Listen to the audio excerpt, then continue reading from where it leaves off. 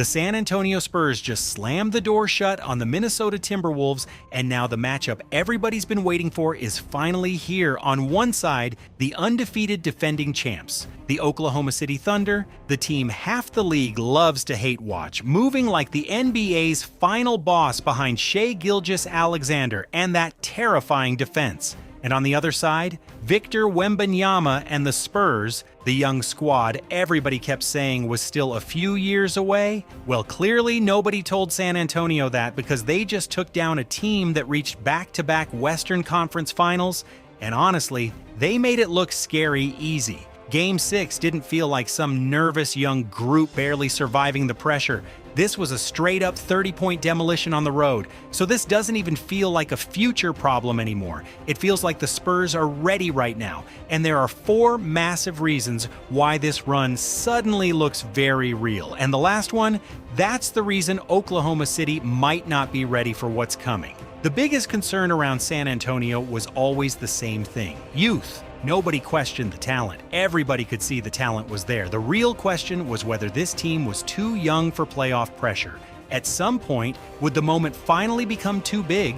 They handled the Portland Trail Blazers pretty comfortably in round 1, but against Minnesota, there were definitely moments where it looked shaky, like maybe this was the year they learn a lesson before eventually taking over later. They lost Game 1 at the buzzer after Julian Champagny missed the open 3, and then the entire series flipped after the huge Game 4 moment. Wembanyama got ejected early, Minnesota tied the series, and suddenly people started panicking. Everybody was looking at Game 5 thinking, if San Antonio loses this one, this series might be over. But Wemby answered all of that noise immediately with a complete takeover performance and shut the doubters up again. Then came the real pressure test. Winning on the road in Minnesota, that Timberwolves crowd gets insanely loud, and if the Wolves started fast, there was a real chance the Spurs could lose control emotionally. But once again, San Antonio answered everything thrown at them. And honestly, Stephon Castle completely changed the conversation by himself. This dude walks into a close-out playoff game on the road in only his second NBA season and explodes for 32 points, 11 rebounds, and 6 assists. He shoots 11 for 16 from the field, knocks down 5 out of 7 from deep, and finishes plus 28 in under 30 minutes. That's not some "he might be special one day" performance. That's a full-blown playoff star performance happening right now, and seriously, every time this guy plays, it gets harder not to believe he's becoming a huge problem for the league. It's not just the stats either, it's how he plays. Castle is a strong physical guard who attacks downhill, rebounds hard, defends, makes smart reads, and now suddenly he's knocking down threes at a dangerous level too. That was always the big question with him. Everybody knew he already had the size,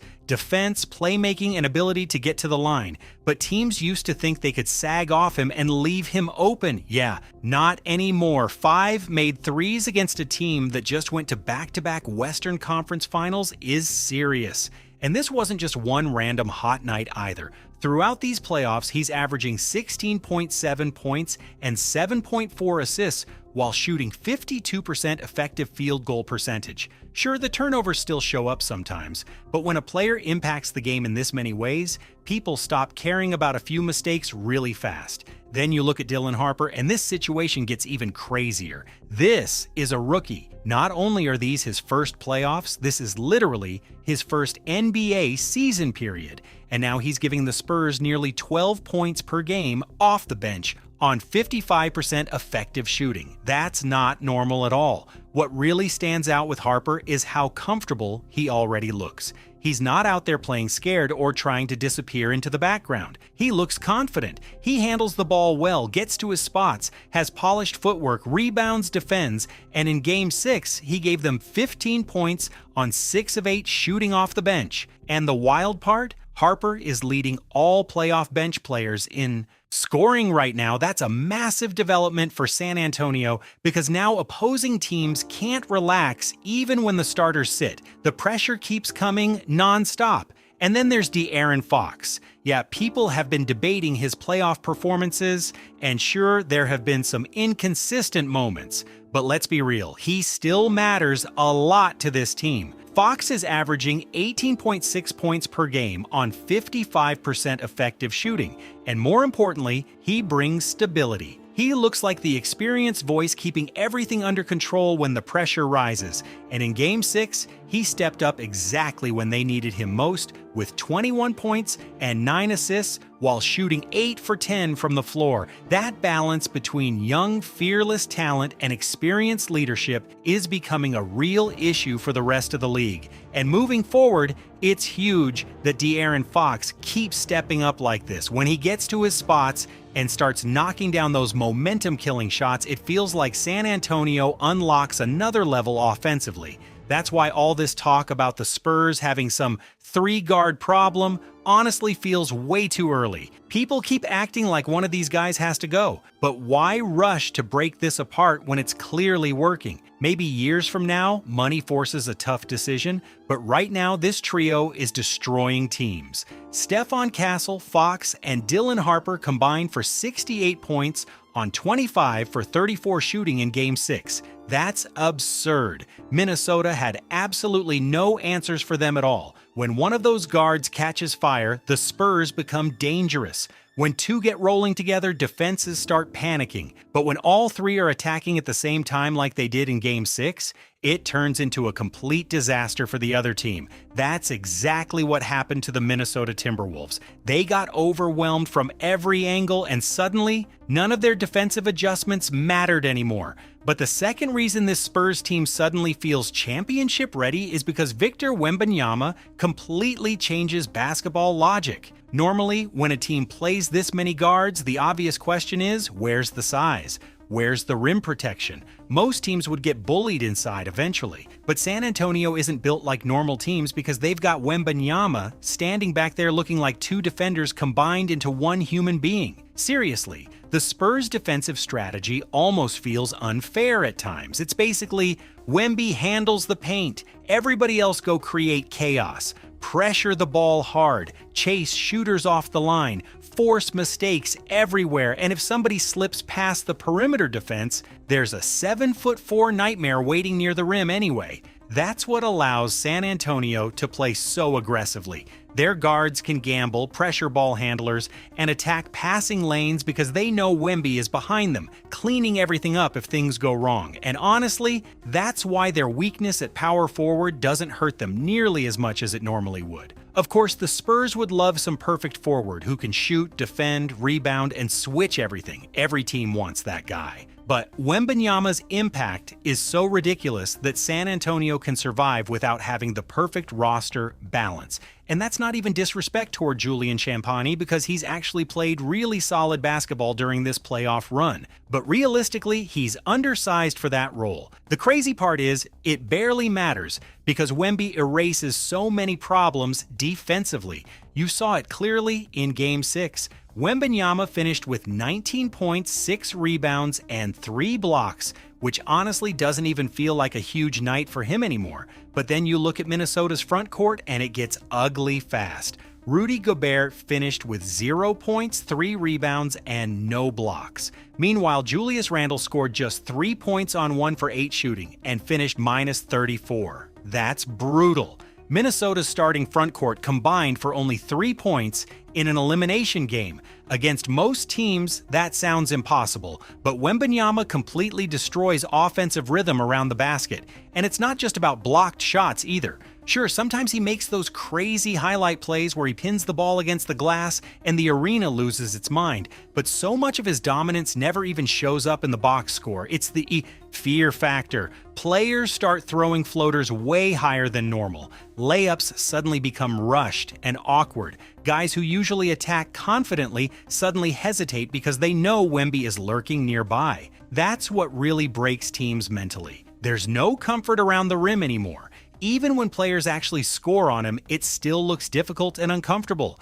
and the numbers with Castle and Wembanyama together are honestly insane. When those two share the floor during these playoffs, San Antonio has a plus 20.5 net rating and a ridiculous 96.4 defensive rating. That's championship-level defense already. This doesn't feel like some wait 3 more years situation anymore. This is a defense capable of ruining anybody's night right now. That's the real Wemby effect. He gives the other 4 defenders freedom to play ultra-aggressive because they know he's protecting everything behind them. He's not just improving the Spurs' defense, he's completely changing what's even possible defensively for this roster, and honestly, there isn't another player in basketball who replicates this exact impact. Then comes the third reason why San Antonio suddenly looks ready to win the whole thing immediately. They didn't just beat Minnesota, they controlled this series in a way that completely changed how people are viewing them. Because when you hear Spurs in 6, it sounds like a competitive back-and-forth battle.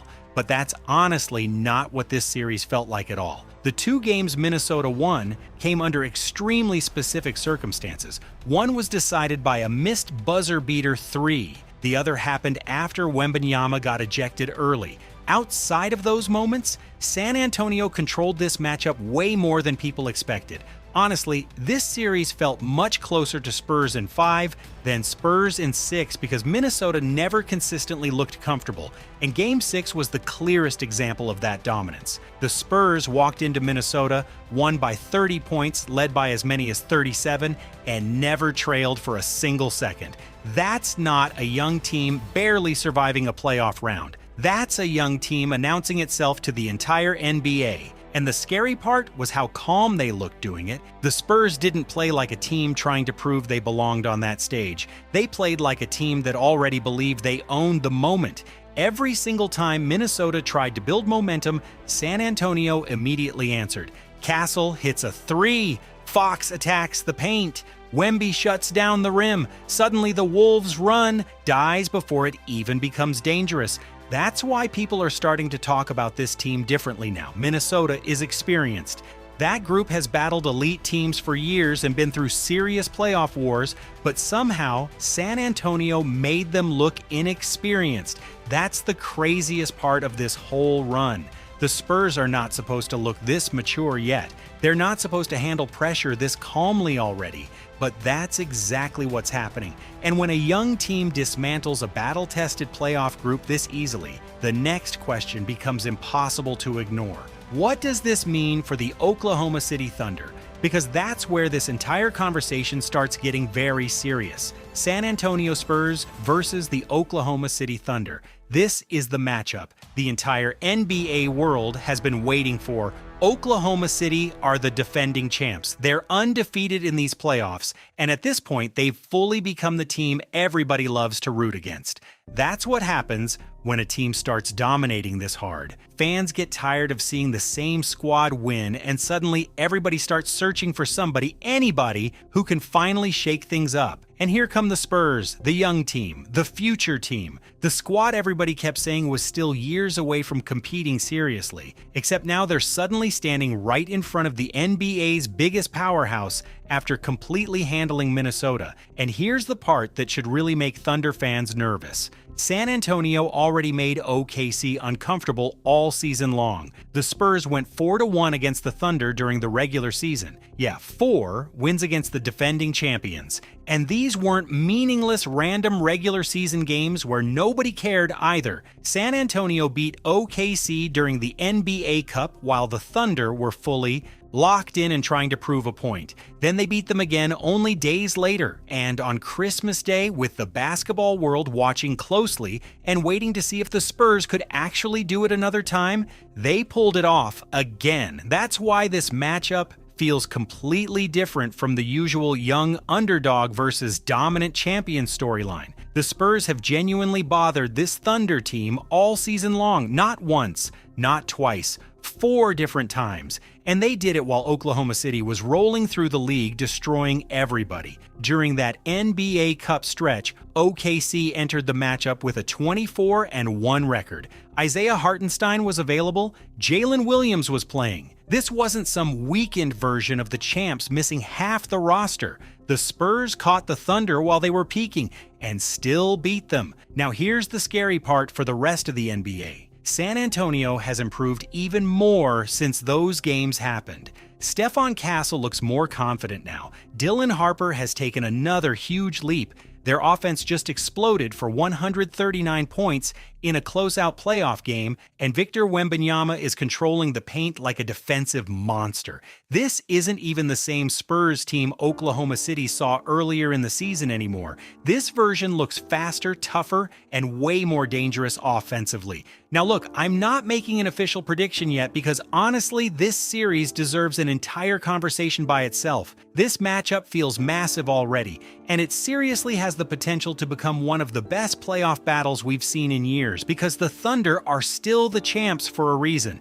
Shai Gilgeous-Alexander is playing like the best player in basketball right now, and OKC absolutely deserves the benefit of the doubt after what they've accomplished. Maybe they still have another adjustment ready. Maybe there's another level they can reach. Maybe they hit the Spurs with something that reminds everybody exactly why they've dominated the league all year long. But what if they don't have the answer? What if these regular season matchups actually meant something? What if Castle and Harper are truly ready for this stage already? What if De'Aaron Fox gives San Antonio exactly the veteran presence they need? And most importantly, what if Oklahoma City genuinely cannot solve Wembanyama? Because that's the question hanging over this entire series right now. Wemby changes everything defensively, and if the Thunder can't consistently attack the paint or finish comfortably around the rim, this matchup suddenly gets very dangerous for them fast. That's why this series honestly feels impossible to predict right now. It really could swing either way depending on who controls the pace, who handles pressure better,